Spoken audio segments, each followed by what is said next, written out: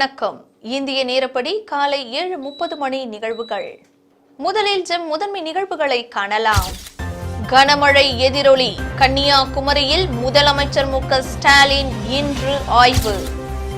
அமலாக்கத்துறை மற்றும் சிபிஐ இயக்குநர்களின் பதவிக்காலத்தை 5 ஆண்டுகள் வரை நீட்டிக்க அவசர சட்டம். குடியரசுத் தலைவர் ஒப்புதல். சம்பா நெற்பயிரை காப்பீடு செய்யாதவர்கள் இன்றைக்குள் பயிர் காப்பீடு செய்ய வேண்டும். விவசாயிகளுக்கு தமிழக அரசு அறிவிப்பு. மண்டல மகர விளக்கு பூஜைக்காக சபரிமலை கோயிலில் நடை திறப்பு. தினமும் 25,000 பக்தர்களுக்கு அனுமதி என தேவஸ்தானம் போர்டு அறிவிப்பு. இனி விரிவான நிகழ்வுகளை காணலாம். மழை வெள்ளத்தால் பாதிக்கப்பட்ட கன்னியாகுமரி மாவட்டத்தில் முதலமைச்சர் மு.க. ஸ்டாலின் இன்று ஆய்வு மேற்கொண்டார். வடகிழக்கு பருவமழை மற்றும் வங்கக்கடலில் உருவாகியுள்ள காற்றழுத்த தாழ்வு நிலை காரணமாக தமிழகத்தில் பரவலாக தொடர்ந்து கனமழை பெய்து வருகிறது. கனமழை காரணமாக பல இடங்களில் மழை வெள்ளம், ஆறுகளில் வெள்ளப்பெருக்கு உள்ளிட்டவை ஏற்பட்டுள்ளன. கன்னியாகுமரி மாவட்டத்தில் பெய்த கனமழையால் 200க்கும் மேற்பட்ட கிராமங்களை வெள்ளம் சூழ்ந்துள்ளது. வீடுகளில் சிக்கியுள்ள மக்களை மீட்டு முகாம்கள் மற்றும் பாதுகாப்பான இடங்களில் மாற்றும் பணி தொடர்ந்து நடைபெற்று வருகிறது. குமரி மாவட்டத்தில் தற்போது நிலைமை ஆய்வு செய்ய அமைச்சர்கள் சாத்தூர் ராமச்சந்திரன், பெரிய கருப்பன், மனோ தங்கராஜ் ஆகியோர் முகாமிட்டுள்ளனர். இதனிடையே முதலமைச்சர் மு.க. ஸ்டாலின் மழை பாதிப்புகளை நேரில் ஆய்வு செய்கிறார். அமலாக்கத்துறை மற்றும் சிபிஐ இயக்குநர்களின் பதவிக்காலத்தை 2 ஆண்டுகளில் இருந்து 5 ஆண்டுகள் வரை நீட்டிக்கும் அவசர சட்டத்திற்கு குடியரசுத் தலைவர் ஒப்புதல் அளித்துள்ளார். அமலாக்க பிரிவு இயக்குநராக இருக்கும் திரு S.K. மிஸ்ராவின் பதவிக்காலம் வரும் 17ஆம் தேதியுடன் முடிவடைய உள்ளது. அவரது பதவிக்காலத்தை நீட்டிக்க கோரி தொடரப்பட்ட வழக்கை அண்மையில் விசாரித்த உச்சநீதிமன்றம் பதவிக்காலம் நீட்டிக்கப்படுவது அரிதான மற்றும் விதிவிலக்கான சூழ்நிலைகளில் மட்டுமே நிகழ வேண்டும் என தீர்ப்பளித்தது. தற்போது அமலாக்க பிரிவு மற்றும் சிபிஐ இயக்குநர்களின் பதவிக்காலம் 2 ஆண்டுகளாக உள்ளது. இந்த பதவிக்காலம் முடிந்த பிறகு ஒவ்வொரு ஆண்டாக 3 ஆண்டுகள் வரை நீட்டிக்க மத்திய அரசு அவசர சட்டத்தை கொண்டு வந்துள்ளது.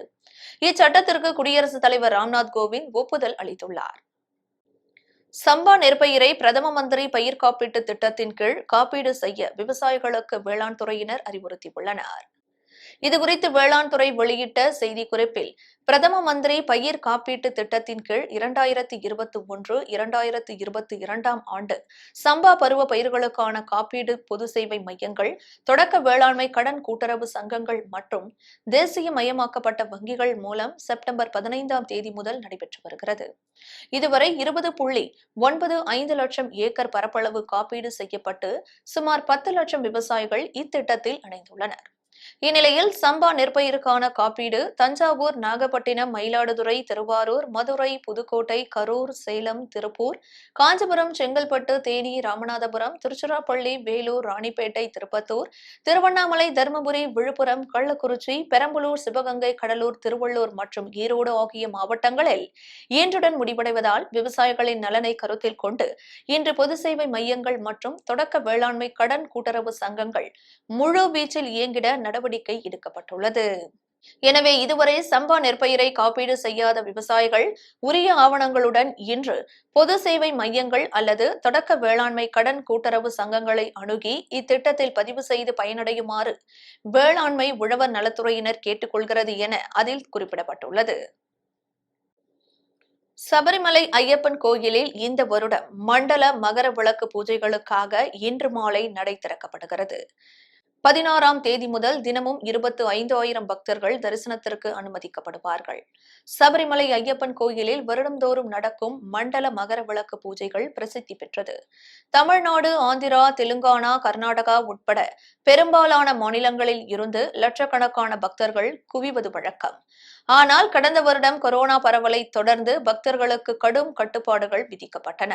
இதனால் கடந்த மண்டல காலத்தில் மிக குறைவான பக்தர்களே அனுமதிக்கப்பட்டனர்.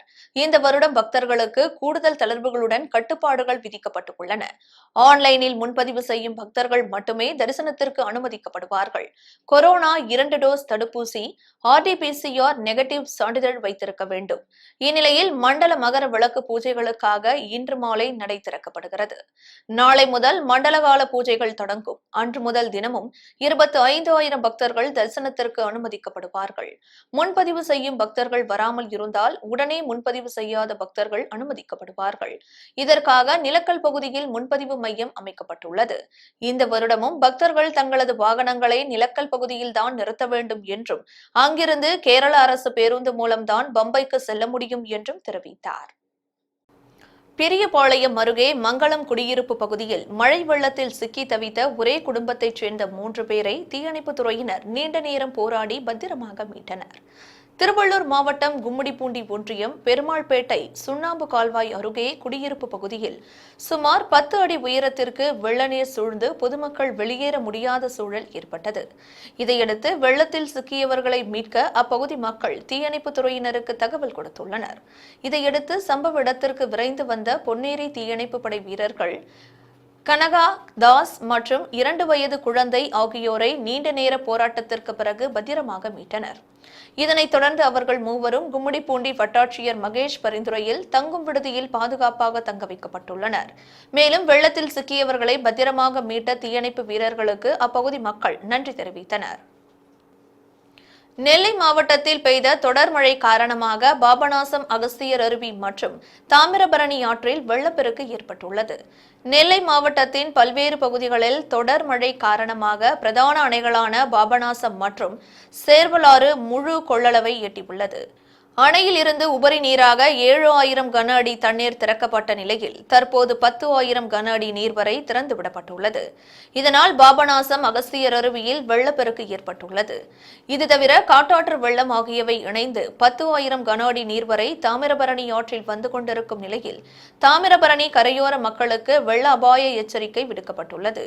அதேபோல் தென்காசி மாவட்டம் கடனாநதி அணையில் இருந்து 1,500 கன அடி நீர் தாமிரபரணி ஆற்றில் திறந்துவிடப்பட்டுள்ளது. இதனால் தாமிரபரணி ஆற்றில் குளித்துக் கொண்டிருந்த பொதுமக்களை காவல்துறையினர் அப்புறப்படுத்தி வருகின்றனர். தொடர்ந்து ஒலிபெருக்கி மூலம் தாழ்வான பகுதிகள் மற்றும் தாமிரபரணி நதிக்கரைகளில் காவல்துறையினர் எச்சரிக்கை விடுத்து வருகின்றனர். நெல்லை மாவட்டத்தில் பேரிடர் பயிற்சி பெற்ற காவல்துறை, தீயணைப்புத்துறை, வருவாய்த்துறை உள்ளிட்ட அரசு துறை சார்ந்த அதிகாரிகள் சுமார் 400 பேர் அடங்கிய மாநில பேரிடர் மீட்பு குழுவினரும் ஆங்காங்கே பாதுகாப்பு பணியிலும் கண்காணிப்பு பணியிலும் மீட்பு உபகரணங்களுடன் தயார் நிலையில் உள்ளனர். மரக்காணம் பகுதியில் உள்ள அம்பேத்கர் சிலைக்கு பாஜக விழுப்புரம் மாவட்ட தலைவர் ராஜேந்திரன் மாலை அணிவித்து மரியாதை செலுத்தினார். தமிழக பாஜக கட்சி சார்பில் கடந்த 12ஆம் தேதி புதியதாக 8 மாவட்ட தலைவர்களை நியமனம் செய்தது. இதில் விழுப்புரம் மாவட்டத்திற்கு மரக்காணம் அடுத்துள்ள அனுமந்தை பகுதியைச் சேர்ந்த ராஜேந்திரனை விழுப்புரம் மாவட்ட பாஜக தலைவராக நியமித்தனர். இந்நிலையில் மரக்காணம் பேருந்து நிலையம் அருகே உள்ள சட்டமேதை அம்பேத்கர் சிலைக்கு புதியதாக பொறுப்பேற்றுள்ள பாஜக விழுப்புரம் மாவட்ட தலைவர் ஏ.டி. ராஜேந்திரன் மாலை அணிவித்து மரியாதை செலுத்தினார். பின்னர் ஏழை எளிய மக்களுக்கு தொகுப்பு வீடுகள், விவசாயிகளுக்கு மானியம் சார்ந்த விஷயங்களுக்கும் மற்றும் பொதுமக்களின் அத்தியாவசிய தேவைகளை அரசிடம் கோரிக்கை வைத்து பெற்றுத் தருவதற்கு பாடுபடுவேன் என உறுதியேற்றார். இதில் ஏராளமான பாஜக தொண்டர்கள் கலந்து கொண்டு ராஜேந்திரனுக்கு வாழ்த்து தெரிவித்தனர். விளம்பர இடைவேளைக்கு பின் ஜெம் நிகழ்வுகள் தொடரும்.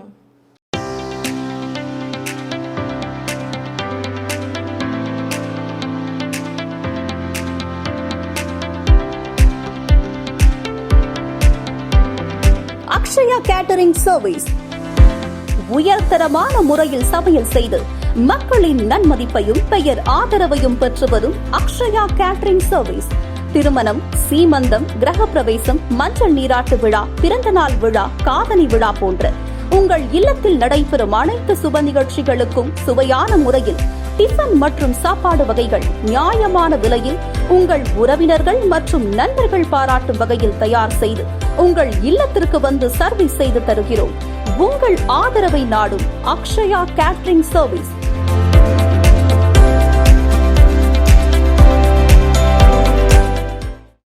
ஜெம் நிகழ்வுகள் தொடர்கின்றன. மண்டபம் அருகே கோரவள்ளி கிராமத்தில் பனை தொழிலாளர்கள் மற்றும் கைவினைஞர்கள் சங்க குழந்தைகள் நடத்திய குழந்தைகள் தின விழாவில் மாணவ மாணவிகளிடையே கலை நிகழ்ச்சி நடைபெற்றது. ராமநாதபுரம் மாவட்டம் மண்டபம் ஊராட்சி ஒன்றியம் கோரவள்ளி கிராமத்தில் மாநில பனை தொழிலாளர்கள் மற்றும் கைவினைஞர்கள் சங்க குழந்தைகள் நடத்திய குழந்தைகள் தின விழா சிறப்பாக கொண்டாடப்பட்டது. விழாவிற்கு வருகை தந்த அனைவரையும் கும்பரம் சிறுவர் மன்ற தலைவர் செல்வன் யோகித் வரவேற்றார். கோரவள்ளி பஞ்சாயத்து தலைவர் கோகிலவாணி குத்துவிளக்கேற்றி சிறப்புரையாற்றினார். பின்னர் பள்ளி மாணவ மாணவிகளிடையே கலை நிகழ்ச்சி மற்றும் ஜவஹர்லால் நேருவை பற்றி பேச்சு போட்டி நடைபெற்றது. இதில் மாநில தொழிலாளர்கள் சங்க தலைவி பானுபதி, செயலாளர் சுப்பையா மற்றும் ஊர் தலைவர் குழந்தைகளுக்கு இனிப்புகளை வழங்கினார்கள். கும்பரம் மூத்த சிறுவர் மன்ற தலைவர் அருள்மணி நன்றி உரை ஆற்றினார். விழாவில் கும்பரம், கோரவள்ளி, வெள்ளரி ஓடை, நத்தக்குளம், சின்ன ரெட்டையூரணி, கேபி வலசை ஆகிய ஊர்களில் இருந்து பனை தொழிலாளர்கள் மற்றும் உறுப்பினர்கள், சிறுவர் மன்ற குழந்தைகள், கிராம பொதுமக்கள் கலந்து கொண்டு குழந்தைகள் தினவிழாவை சிறப்பித்தனர். ராமநாதபுரத்தில் தமிழ்நாடு பாரம்பரிய நாட்டுப்புற கலைஞர்கள் நலசங்கம் சார்பில் செயற்குழு கூட்டம் நடைபெற்றது. ராமநாதபுரம் மாவட்டத்தில் தமிழ்நாடு பாரம்பரிய நாட்டுப்புற கலைஞர்கள் நலசங்கத்தின் செயற்குழு கூட்டம் ராமநாதபுரம் நகர் நாடார் உறவின் முறை சங்க கட்டிடத்தில் நடத்தப்பட்டது. இதில் நலிந்த கலைஞர்களுக்கு உதவித்தொகையை 3000 ரூபாயாக உயர்த்தி வழங்கிய தமிழக முதல்வருக்கு நன்றி தெரிவிப்பது, நாட்டுப்புற கலைஞர்கள் நலசங்கத்தின் கிளைகளை உருவாக்கி அதற்கான நிர்வாகிகளை தேர்வு செய்வது, நலவாரிய அட்டைகள் பெற்றுத் தருவது உள்ளிட்ட பல்வேறு தீர்மானங்கள் நிறைவேற்றப்பட்டன. இந்த செயற்குழு கூட்டத்தில் மாநில நிறுவன தலைவர் கலைமாமணி சத்யபாலன் தலைமையில், பொதுச் செயலாளர் முனியசாமி முன்னிலையில், மாநில துணை பொதுச் செயலாளர் மணிகண்டன், மாநில பொருளாளர் சித்தாந்த புலவர் ரெங்கையா உள்ளிட்ட முக்கிய நிர்வாகிகள் மற்றும் நாட்டுப்புற கலைஞர்கள் 50க்கும் மேற்பட்டோர் கலந்து கொண்டனர். திருவாரூரில் தமிழ்நாடு தஃபீத் ஜமாத்தின் அனைத்து கிளை நிர்வாகிகள் ஆலோசனை கூட்டம் நடைபெற்றது. திருவாரூர் மாவட்டத்தில் தமிழ்நாடு தஃபீத் ஜமாத்தின் வடக்கு மாவட்ட அனைத்து கிளை நிர்வாகிகள் ஆலோசனை கூட்டம் மாவட்ட தலைவர் முகமது ஃபாசித் தலைமையில் நடைபெற்றது. இதில் தமிழ்நாடு தஃபீத் ஜமாத் மாநில துணைத் தலைவர் அப்துல் ரஹ்மான் கலந்து கொண்டு சிறப்புரையாற்றினார். அப்போது பேசிய அப்துல் ரஹ்மான், முத்துப்பேட்டையில் தமிழ்நாடு தஃபீத் ஜமாத்திற்கு சொந்தமான கட்டிடம் பூட்டி சீல் வைக்கப்பட்ட நிலையில் நீதிமன்றம் கட்டிடத்தை திறக்க உத்தரவு அளித்தும் அதிகாரிகள் அலட்சியம் காட்டி வருவதாக கூறினார். மேலும் இதுகுறித்து சம்பந்தப்பட்ட அதிகாரிகளிடம் பலமுறை மனு கொடுத்தும் நடவடிக்கை எடுக்க மறுப்பதாகவும் அவர் குற்றம் சாட்டினார். இந்நிலையில் வருகின்ற 22ஆம் தேதி திருவாரூர் மாவட்ட ஆட்சியர் அலுவலகத்தில் முற்றுகை போராட்டம் நடத்த இருப்பதாகவும் அப்துல் ரஹ்மான் தகவல் தெரிவித்தார். இந்த ஆலோசனை கூட்டத்தில் மாவட்ட செயலாளர் அப்துல் காதர், மாவட்ட பொருளாளர் முகமது சலீம், மாவட்ட துணைத் தலைவர் பீர் முகமது, மாவட்ட துணை செயலாளர்கள் இஸ்மத் பாஷா, அப்துல் மாலிக், ஜெய்னுல் தாரிக் மற்றும் மருத்துவ சேவை அணி, மாணவர் அணி உள்ளிட்ட 300க்கும் மேற்பட்டோர் கலந்து கொண்டனர். தமிழ்நாடு தௌஹீத் ஜமாத் திருவாரூர் மாவட்டம் சார்பாக திருவாரூரிலே மாபெரும் செயல் வீரர்கள் கூட்டம் இங்கே நடைபெற்று கொண்டிருக்கிறது. இந்த கூட்டத்தினுடைய நோக்கம், முத்துப்பேட்டையிலே தமிழ்நாடு தௌஹீத் ஜமாத்திற்கு சொந்தமான ஒரு கட்டிடத்தை கடந்த 2017ஆம் ஆண்டு நீதிமன்றத்தினுடன் வாயிலாக அந்த கட்டிடம் பூட்டப்பட்டது. 2020ஆம் ஆண்டு சட்டப்படி அந்த கட்டிடம் திறக்கப்பட வேண்டுமென சென்னை உயர்நீதிமன்றம் உத்தரவு பிறப்பித்த நிலையில் அந்த உத்தரவை நடைமுறைப்படுத்தாமல் அதிகாரிகள் காலம் தாழ்த்தி வருகிறார்கள், அலட்சியப்படுத்துகிறார்கள். நீதிமன்ற உத்தரவுக்கான நகலை சம்பந்தப்பட்ட துறை அதிகாரிகளிடம் எங்கள் ஜமாத்தை சார்ந்தவர்கள் பலமுறை அவர்களுக்கு மனுவாக அளிக்கப்பட்டும் அந்த கட்டிடம் இதுவரை திறக்கப்படாமல் பூட்டிய நிலையிலே உள்ளது. நீதிமன்ற உத்தரவை அவமதிக்கக்கூடிய வகையிலே செயல்படும் அதிகாரிகள் மீது நடவடிக்கை எடுக்க கோரியும் அந்த நடவடிக்கையை கண்டித்தும் விரைவாக அந்த கட்டிடம் திறக்கப்பட வேண்டும் என்ற கோரிக்கையை முன்வைத்து வருகிற 22ஆம் தேதி திங்கட்கிழமை திருவாரூர் மாவட்ட ஆட்சியர் அலுவலகத்தை பல்லாயிரக்கணக்கான முஸ்லிம்கள் முற்றுகையிட இருக்கிறார்கள். இந்த போராட்டத்தை தமிழ்நாடு தௌஹீத் ஜமாத் முன்னின்று நடத்த இருக்கிறது. சிறுபான்மை மக்களுக்கு அநீதி இழைக்கக்கூடிய வகையில் இந்த நடவடிக்கை அமைந்திருக்கிறது. நீதிமன்றத்தினுடைய நடவடிக்கையை அவமதிக்கக்கூடிய வகையிலே இந்த நடவடிக்கை இருக்கிறது. இது கண்டிக்கத்தக்கது. திருப்பத்தூர் அருகே தடுப்பூசி முகாமில் வழங்கப்பட்ட உணவை சாப்பிட்ட 3 பேர் வாந்தி மயக்கத்துடன் மருத்துவமனையில் அனுமதிக்கப்பட்ட சம்பவம் பரபரப்பை ஏற்படுத்தியது. சிவகங்கை மாவட்டம் திருப்பத்தூர் அருகே உள்ள காட்டாம்பூர் ஊராட்சியில் சௌமியா நாராயணபுரம் பகுதியில் கொரோனா தடுப்பூசி முகாம் நடைபெற்றது. இந்த தடுப்பூசி முகாமில் செவிலியர்கள் மற்றும் கிராம நிர்வாக அலுவலர் உட்பட 5 பேர் பணியாற்றிய நிலையில் அவர்களுக்கு திருப்பத்தூர் பேருந்து நிலையம் எதிரில் உள்ள ஒரு உணவகத்தில் இருந்து உணவுப் பொட்டலங்கள் வழங்கப்பட்டுள்ளது. இந்நிலையில் உணவகத்தில் வாங்கி வந்த உணவில் இறந்த நிலையில் பல்லி கிடந்ததாக கூறப்படுகிறது. இதை கண்டு அதிர்ச்சியடைந்த செவிலியர்கள் கூச்சலிட்டு சாப்பிட்டவர்களை தடுத்துள்ளனர்.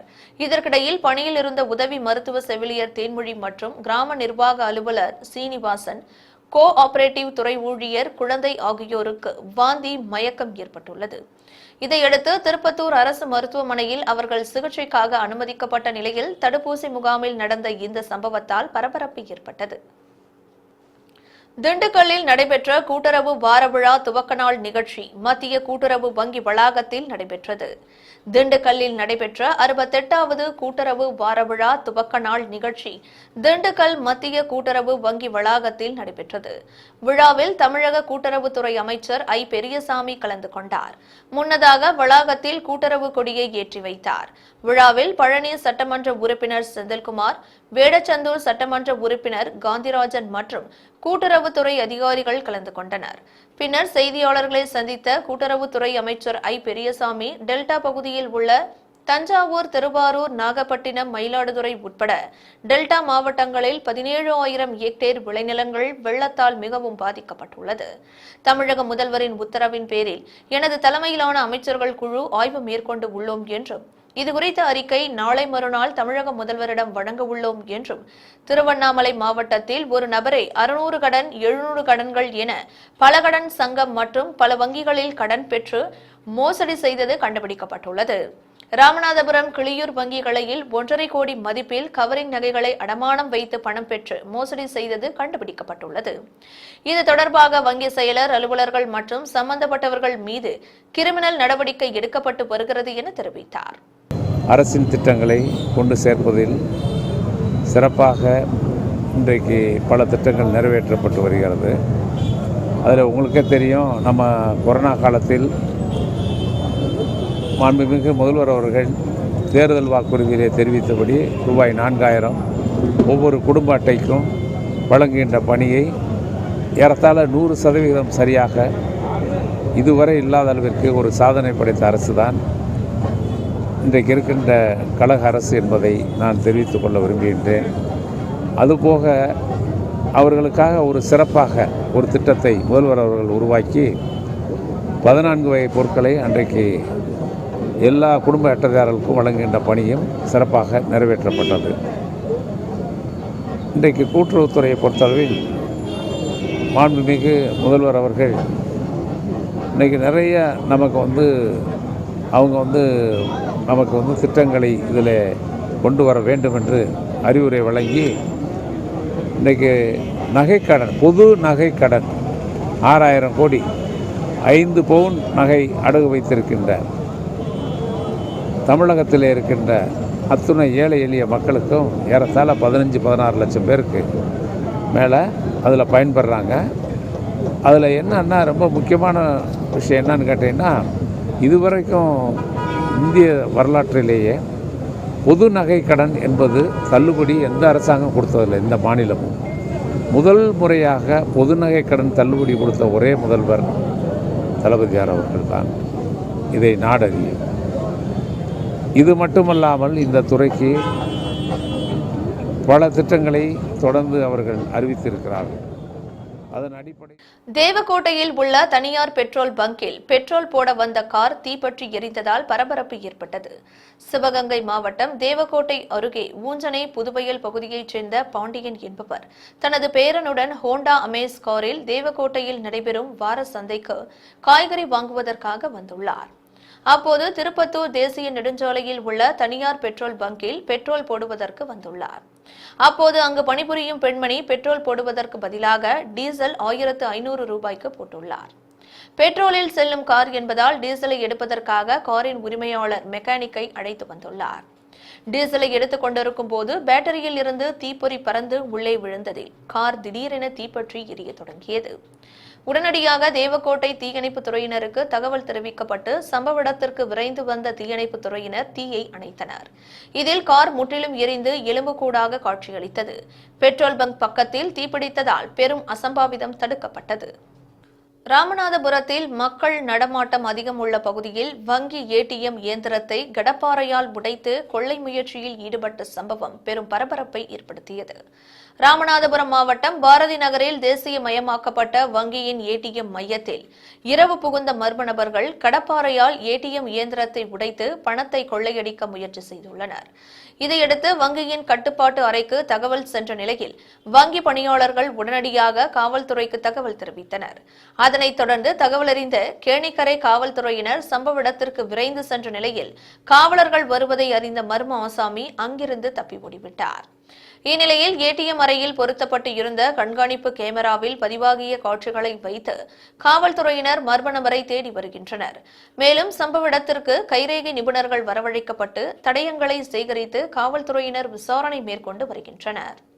மேலும் இதுபோன்ற சம்பவங்கள் ராமநாதபுரம் பகுதியில் தொடர்ச்சியாக நடைபெற்று வரும் நிலையில் இரவு நேரங்களில் காவல்துறையினர் ரோந்து பணியை தீவிரப்படுத்த வேண்டும் என பொதுமக்கள் கோரிக்கை விடுத்துள்ளனர். வேதாரண்யம் அருகே உள்ள மானம்கொண்டான் ஆற்றில் புதர் மண்டி கிடக்கும் ஆகாய தாமரையை அகற்ற வேண்டும் என விவசாயிகள் அரசுக்கு கோரிக்கை விடுத்துள்ளனர். நாகை மாவட்டம் வேதாரண்யம் தாணிக்கோட்டகம், பிராந்தியங்கரை, வடமழை, மணக்காடு மற்றும் கரியாப்பட்டினம் உள்ளிட்ட பகுதிகளில் தொடர் மழை காரணமாக விவசாய நிலங்களில் மழை நீர் தேங்கி நிற்கிறது. மேலும் தாணிக்கோட்டகம் வழியாக வாய்மேடு, முள்ளியாறு மற்றும் மானம்கொண்டான் ஆற்றில் தண்ணீர் வெளியேறும் நிலையில் வாய்மேட்டிலிருந்து ஆதனூர் வரை 17 கிலோமீட்டர் தூரம் உள்ள மானங்கொண்டான் ஆறு ஆகாய தாமரை மற்றும் செடிகள் வளர்ந்து புதர் போல் காட்சியளிக்கிறது. இந்நிலையில் வயலில் மழைநீர் வடியாமல் தேங்கியிருப்பதால் வாய்மேடு, பஞ்சநதிக்குளம் மற்றும் தென்னடார் பகுதிகளில் சாகுபடி செய்யப்பட்ட நெல் பயிர்கள் நீரில் மூழ்கி சேதமடைந்துள்ளது. இதையடுத்து தேங்கி நிற்கும் தண்ணீர் குடியிருப்பு பகுதிகளுக்குள் புகும் அபாயம் இருப்பதால் ஆறுகளில் புதர்மண்டி கிடக்கும் ஆகாய தாமரைகளை அகற்ற அதிகாரிகள் நடவடிக்கை எடுக்க வேண்டும் என விவசாயிகள் மற்றும் பொதுமக்கள் கேட்டுக் கொண்டுள்ளனர். விளம்பர இடைவேளைக்கு பின் ஜெம் நிகழ்வுகள் தொடரும்.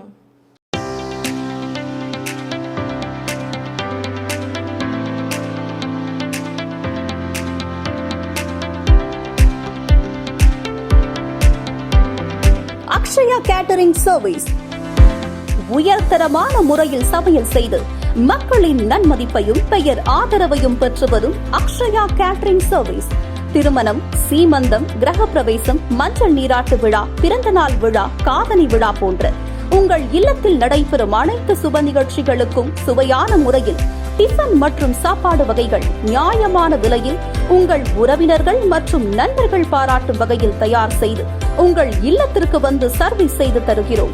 உங்கள் ஆதரவை நாடும் அக்ஷயா கேட்டரிங் சர்வீஸ்.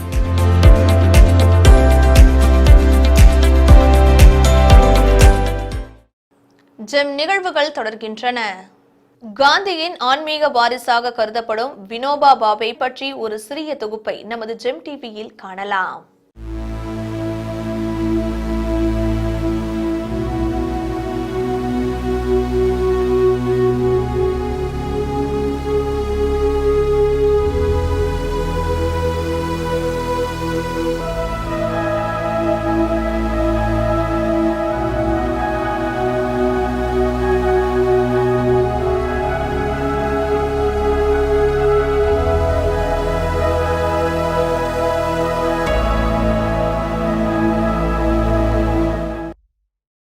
வினோபா பாவே மகாராஷ்டிரத்தின் கொலாபா மாவட்டத்து ககோடா கிராமத்தில் 11/9/1895 பிறந்தார்.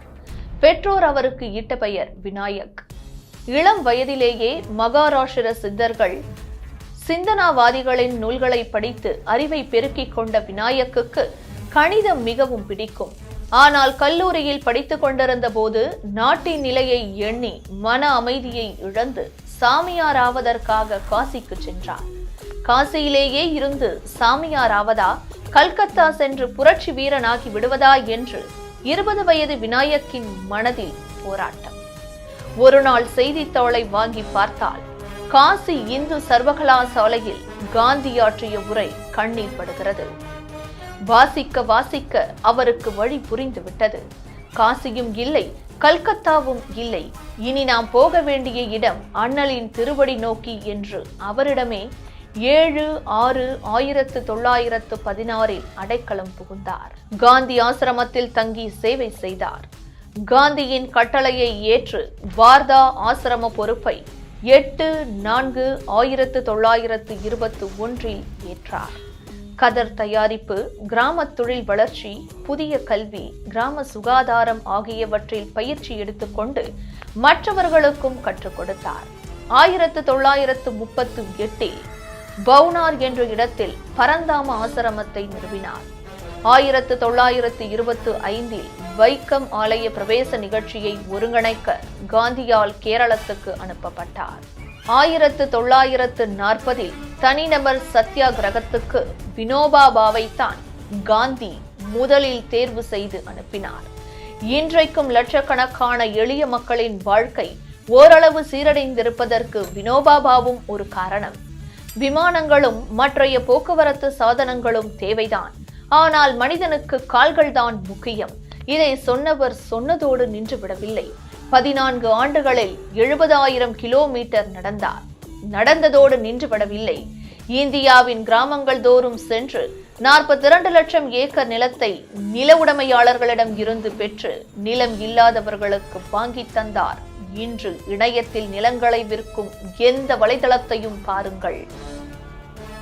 இந்தியாவின் ஏதோ ஒரு கோடியில் தண்ணீருக்கும் சாலைகளுக்கும் ஏங்கிக் கொண்டிருக்கும் இடங்களில் கூட நிலத்தின் விலை குறைந்தபட்சம் ஏக்கருக்கு 1 லட்சம் ரூபாயாவது இருக்கும். இவர் ஏழைகளுக்கு பெற்றுத்தந்த நிலங்களின் மதிப்பு இன்று 42,000 கோடி ரூபாய். இது 2014-15 தமிழக அரசுக்கு கிடைக்கும் வருவாயில் கிட்டத்தட்ட 1/3 பங்கு. ஆனால் இவர் நாள் ஒன்றுக்கு 2 அணாக்கள் மாத்திரம் உணவுக்காக செலவிட்டு 1 வருடம் கழித்தார். பணம், பதவி, புகழ் போன்றவற்றை துச்சமாக மதித்தவர். உயிர் கூட இவருக்கு பெரிதல்ல. இறுதி நாட்களில் பட்டினி கிடந்து நம்மிடம் இருந்து விடை பெற்றுக் கொண்டவர். இவர் இருந்த இந்தியா வேறு. இன்று நாம் கனவில் கூட இவர் சாதித்தது நடக்கும் என்று எதிர்பார்க்க முடியாது. இவர் பெற்று தந்த நிலங்களின் பரப்பளவை விட குறைவான பரப்பளவை கொண்ட நாடுகள் உலகில் 90க்கும் மேல் இருக்கின்றன. 1940ஆம் ஆண்டு தனிநபர் சத்தியாகிரகத்தை காந்தி அறிவித்த போது முதல் சத்தியாகிரகியாக வினோபா பாவே சிறை செல்வார் என்று சொன்னபோது நாட்டில் மிக சிலரை தவிர மற்றவர்களுக்கு வினோபா பாவே என்றால் யார் என்று கூட தெரியாது. ஆனால் காந்தி அவரை சரியாக அறிந்து வைத்திருந்தார். 1895ஆம் ஆண்டு பிறந்த வினோபா காந்தி மந்திரத்துக்கு கட்டுப்பட்டு இயங்க தொடங்கியது 1916ஆம் ஆண்டு. துறவியாக வேண்டும் என்று நினைத்த அவர் காசி இந்து பல்கலைக்கழகத்தில் அதே வருடம் காந்தி நிகழ்த்திய உரையை படித்தார். வரலாற்று முக்கியத்துவம் வாய்ந்த அந்த உரையில் காந்தி பயமின்மை இல்லாவிட்டால் அகிம்சை இருக்க முடியாது என்று கூறியது அவரை சிந்திக்க வைத்தது. காந்தியின் சீடராக இருப்பதுதான் தனது வாழ்க்கையின் மையப்புள்ளி என்ற முடிவுக்கு வந்தார். வார்தா ஆசிரமத்தின் பொறுப்பை 1921ஆம் ஆண்டு ஏற்றுக்கொண்ட அவர் அதற்கு முன்னால் சபர்மதி ஆசிரமத்தில் இருந்தார். அங்கு நடந்த சம்பவம் ஒன்றை பற்றி அவர் தனது வாழ்க்கை குறிப்பில் எழுதுகிறார். எங்களது ஆசிரமத்தில் மலம் அள்ளும் தொழிலை செய்து கொண்டிருந்தவர் உடல்நலக் குறைவால் வேலைக்கு வர முடியவில்லை. அவர் தனது மகனான சிறுவனை தனக்கு பதிலாக வேலைக்கு அனுப்பினார். சிறுவனால் மலவாளியை தூக்க முடியவில்லை. அவன் அழுது கொண்டிருந்ததை பார்த்த எனது சகோதரர் நான் உதவி செய்கிறேன் என்றார். என்னையும் கூட அழைத்தார். இவ்வாறாக மலம் அள்ளும் தொழிலை ஆரம்பித்தோம். அன்னை கஸ்தூரி பாபுக்கு ஒரே வருத்தம், பிராமண இளைஞர்கள் மலம் அள்ளுவதா என்று. ஆனால் காந்தி பிராமணர்கள் மலம் அள்ளுவதை விட சிறந்தது எதுவாக இருக்க முடியும் என்றார். 1949ஆம் ஆண்டு தெலுங்கானாவில் கம்யூனிஸ்டுகள் தீவிரமாக இயங்கிக் கொண்டிருந்தார்கள். அவர் பொச்சம்பள்ளி கிராமத்தில் இருந்தபோது நிலம் இல்லா விவசாயிகள் அவரை சந்திக்க வந்தார்கள். எங்களுக்கு சிறிதளவு நிலம் இருந்தால் போதும், நாங்கள் உழைத்து பாடுபட்டு எங்கள் வாழ்க்கையை கழித்துக் கொள்வோம் என்றார்கள். எவ்வளவு நிலம் வேண்டும் என்று வினோபா கேட்டார். 80 ஏக்கர் இருந்தால் போதும் என்ற பதில் வந்தது. அப்போது அங்கிருந்த நில உடைமையாளர் ஒருவர் நான் 100 ஏக்கர் இலவசமாக தருகிறேன் என்றார். இந்த சம்பவம் தான் அவரை கிராமம் கிராமமாக நடந்து பூமியை தானம் செய்யுங்கள் என்று பூமி தங்களுக்கு சொந்தம் கொண்டாடியவர்களை கேட்க வைத்தது. கம்யூனிஸ்டுகள் அவருக்கு எதிராக பிரச்சாரம் செய்தாலும் இவர் புதிதாக ஏதோ செய்கிறார் என்ற நம்பிக்கை மக்களிடையே இருந்தது. வினோபா பாவேயின் சர்வோதயா இயக்கத்தை தமிழ்நாட்டில் முன்னின்று நடத்தியவர்கள் கிருஷ்ணம்மாள், ஜெகநாதன் தம்பதியினர். இவர்களது முயற்சியால் தான் கீழவெண்மணியின் 74 தலித் குடும்பங்களுக்கு 74 ஏக்கர் விளைச்சல் நிலம் கிடைத்தது. தொடர்ந்து பல நூறு விவசாயிகளுக்கு நிலம் கிடைக்க அவர்கள் உதவினார்கள். வினோபா தன்னை வானத்து அமரர் என்று நினைத்ததில்லை. கொள்கை பிடிப்போடு கட்சி அரசியல் செய்யும் அரசியல்வாதியும் இல்லை. அவசர நிலையின் போது இந்திரா காந்தியை ஆதரித்து அவர் ஏன் அறிக்கை விட்டார் என்பது இன்று வரை புரியாத புதிர். ஆனால் தன் வாழ்நாள் முழுவதும் காந்தி காட்டிய பாதையே சரி என்று நினைத்து அந்த பாதையிலிருந்து கூடிய மட்டும் விலகாமல் தன் வாழ்நாளை கழித்தவர் அவர். இவரை போன்ற தனிமனிதரால், கருத்தியல்வாதியால் மொத்த சமுதாயமும் மாற சாத்தியம் இல்லை என்பது உண்மைதான். ஆனால் மாற வேண்டும் என்ற முனைப்போடு அவர் உழைத்தது அப்பழுக்கற்றது. அவரது உழைப்பினால் பல கிராமங்கள் உயர்ந்திருக்கின்றன. பல லட்சக்கணக்கான எளிய மக்களின் வாழ்க்கை ஓரளவு சீரடைந்திருக்கிறது.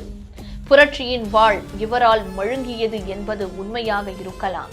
ஆனால் இவர் வாழ்ந்த வாழ்க்கை எந்த புரட்சி வாழ்வுக்கும் குறைவில்லாதது. இந்தியாவாலும் காந்தியாலும் மட்டுமே வினோபாக்களை உருவாக்க முடியும்.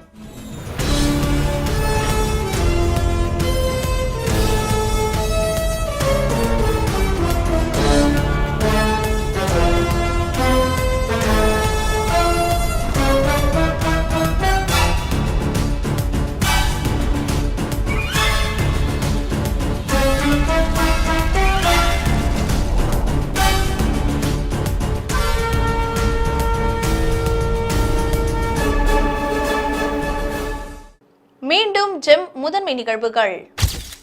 கனமழை எதிரொலி. கன்னியாகுமரியில் முதலமைச்சர் மு.க. ஸ்டாலின் இன்று ஆய்வு. அமலாக்கத்துறை மற்றும் சிபிஐ இயக்குநர்களின் பதவிக்காலத்தை 5 ஆண்டுகள் வரை நீட்டிக்க அவசர சட்டம். குடியரசுத் தலைவர் ஒப்புதல். சம்பா நெற்பயிரை காப்பீடு செய்யாதவர்கள் இன்றைக்குள் பயிர் காப்பீடு செய்ய வேண்டும். விவசாயிகளுக்கு தமிழக அரசு அறிவிப்பு. மண்டல மகர விளக்கு பூஜைக்காக சபரிமலை கோயிலில் நடை திறப்பு. தினமும் 25,000 பக்தர்களுக்கு அனுமதி என தேவஸ்தானம் போர்டு அறிவிப்பு. இத்துடன் ஜெம் நிகழ்வுகள் நிறைவடைகின்றன. மீண்டும் நிகழ்வுகளை காண இணைந்திருங்கள் ஜெம் தொலைக்காட்சியுடன். நன்றி, வணக்கம்.